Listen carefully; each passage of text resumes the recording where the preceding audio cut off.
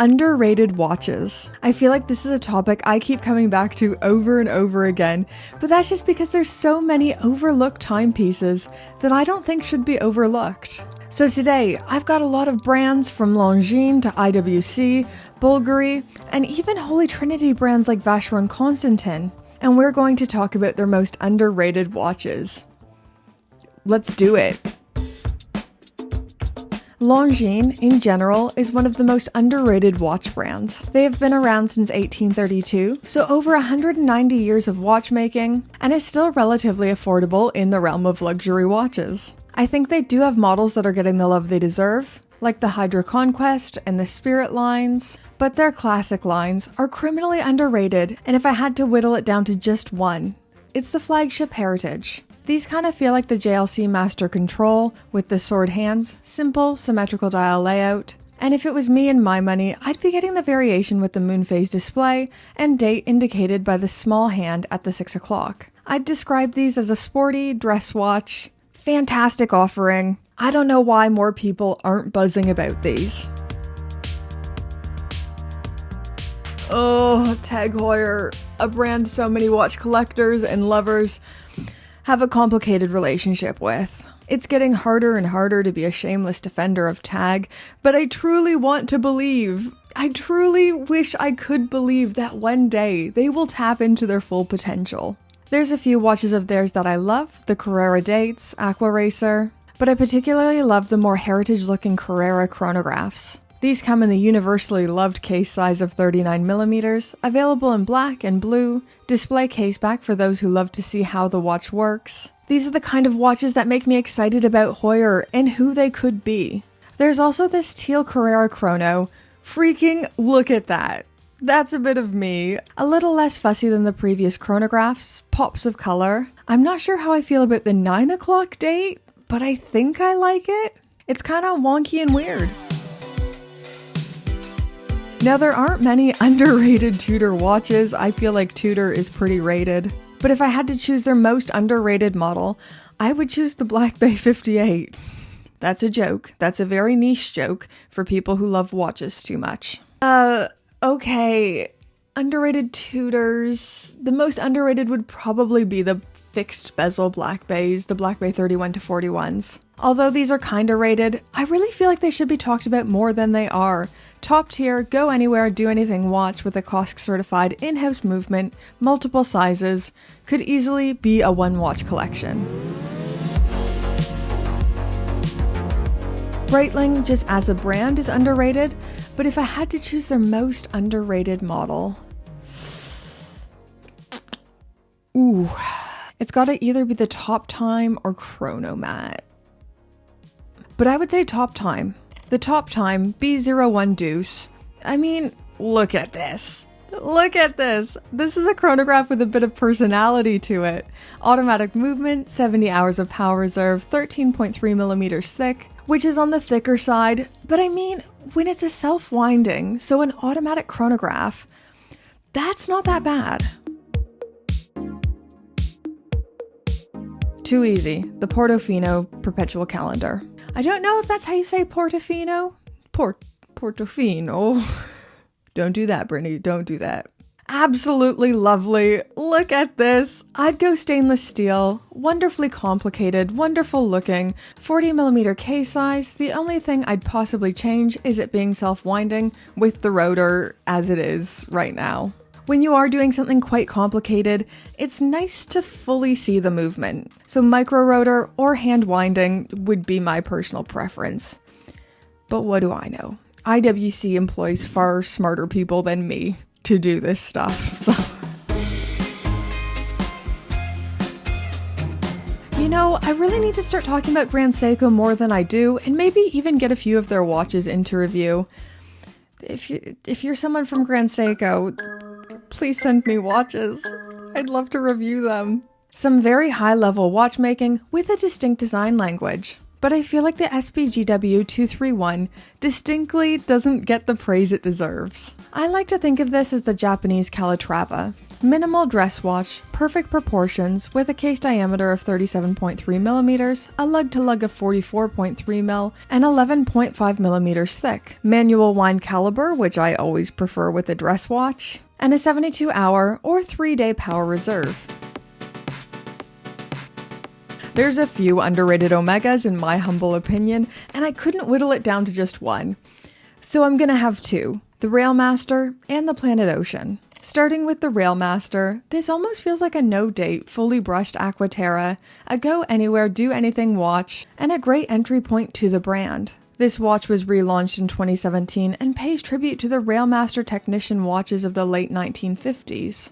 Dang lovely watches, and I need to get one into review. And second, because I couldn't help myself, the Planet Ocean. I feel like the Planet Ocean delivers a lot, and we don't talk about it as much as it deserves. Available in 39.5 millimeters and 39.5 mil, the Planet Ocean has 600 meters of water resistance, the coaxial caliber 8800, and features one of my favorite Omega bracelets. Something I don't say a lot. It's an Omega bracelet that I like. I truly and genuinely believe these should be getting as much attention as the Seamaster Diver 300.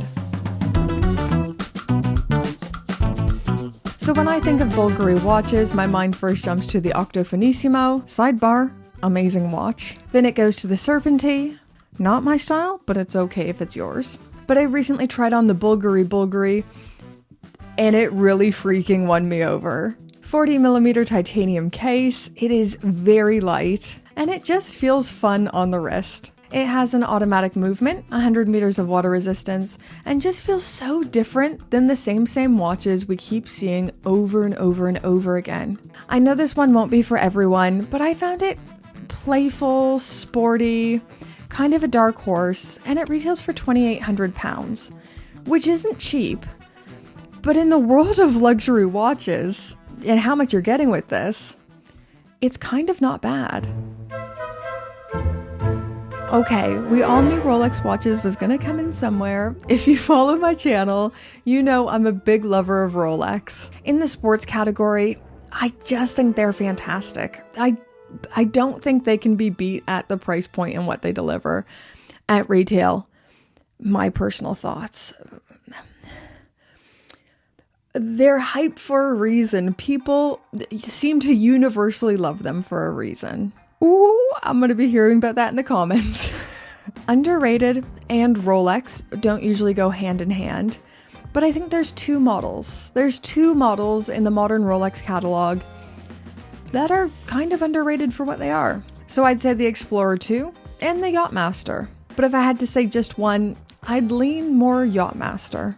Available in 37, 40, and 42 millimeters, this line was created to be a slightly higher end, more luxurious Submariner. If Submariners were made for diving, the Yacht-Master was made for, well, people with yachts. And, little bit of Brit Pierce lore here, this was the first Rolex I ever tried on that I quite liked. I would say this is the Rolex that got me into Rolex. I remember the first time I tried on the Yacht-Master 37, it was the Ever Rose Gold and Oyster Flex. It felt so sporty, and it was hands down the nicest thing I'd ever worn. This is one of those watches where if I make it, like if I really make it in the world, I will buy one of these.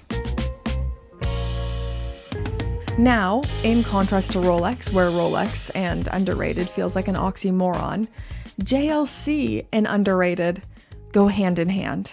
And of course, we won't be talking about the Reverso. As much as I love it, it's just a cow they've milked enough. But the most underrated JLC, in my humble opinion, isn't a wristwatch. It's a clock. The Atmos. It is my life goal to own one of these one day, to have one sitting in my office, on my shelves. The Atmos is literally powered by air. No momentum, no pendulum, air. According to Lionel Favre, JLC's head of design, it would take 60 million Atmos clocks to consume the same amount of energy as a 15-watt bulb. There's nothing that looks like these. There's nothing that feels like these. I don't know why these aren't discussed more. Now, Vacheron. I just need to have a quick rant about the overseas. As much as I love the overseas, and I think it revitalized the brand and got people interested in their watches again, because stainless steel sports watches are often the bread and butter of a brand. But I feel almost indignant that when people now think of Vacheron Constantin, they probably think of the overseas first, when they are so much more than the overseas. I'm sorry, I'm getting too passionate. I feel too strongly. Honestly, most underrated VC is the traditionnelle manual wind. Bloody beautiful watch, traditional watchmaking, 38mm, so that sweet spot in sizing, only 7.7mm thick, and look at this movement. Geneva seal, beautiful. We don't deserve this watch. Now, if you want one of these, I highly recommend you look secondary first. The Vacheron is just obviously an amazing choice. I need to calm down about this one. I need a drink of water. Okay, I'm ending this one with a Patek Philippe that honestly boggles my mind. It's insane value for money, and it makes me never want to waste my time talking about the Nautilus ever again. So this is the 5235-50R regulator. Editing Brittany, can you find that rap clip of regulator? Regulators! So this is an annual calendar regulator in rose gold with a graphite dial and vertical satin finishing. It has a one-off movement, the caliber 31-260, self-winding, designed specifically for this model. And as you've probably already gathered by this point of the video, I'm a sucker for a micro rotor, so that also probably affects my love of this one. Now, I'm gonna say the price, and it's gonna sound like a lot, so it retails for £51,000.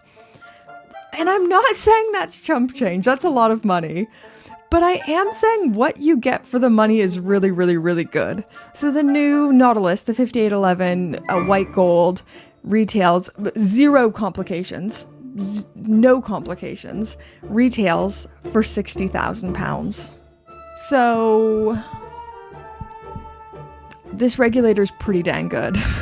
Anyways, guys, I've blathered on long enough about watches that I think are underrated. I'd love to know in those comments down below, what are some watches you guys think are underrated? Maybe I could include them in another video if you like videos like this. Subscribe if you haven't already. And now we're gonna thank the beautiful, fabulous, gorgeous, wonderful Pope tier patrons. Hello! Everyone who's made it to the end. Thank you so much for watching my weird little videos. Patrons, thank you so much for supporting my channel. Now, you probably know by this point, I have made this video to come out while I'm on maternity leave. So if I've had any new Pope tier patrons join up, I'm so sorry your name isn't on the screen right now. I've made this video really far in advance. But I will get your names on there as soon as I'm back at work. Right, guys? Thank you. Bye.